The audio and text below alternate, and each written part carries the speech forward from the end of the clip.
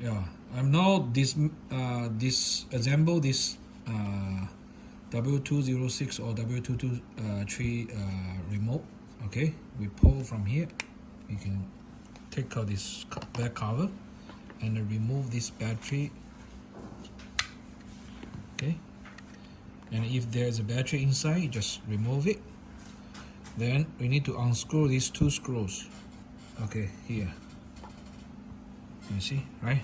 By a T4, a T5, T5 screwdriver.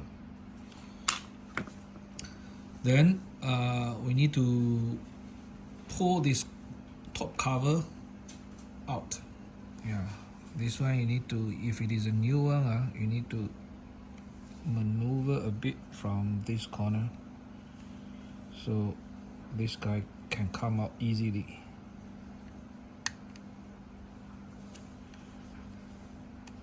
Yeah, like this.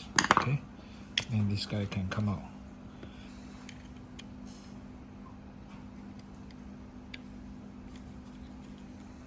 Yeah, you see this one, push this two in, then this guy comes out. Okay, if you want to go back, actually then this 3 pieces button is can be dropped. If you want to go back, it's like this way. Okay, like this until reach here. You can see from here. Then you need to plug in like this way. Okay, so it's like a pull out by pushing this end a bit. Okay, yeah, then it goes out.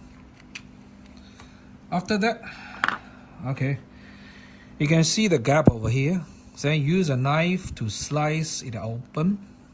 Over here, use a knife to, slice it open. Actually, I already opened it, so it's very easy for you to see. You just little by little cut like this way, and at this side, you don't cut because this part is blocked. Discontinue.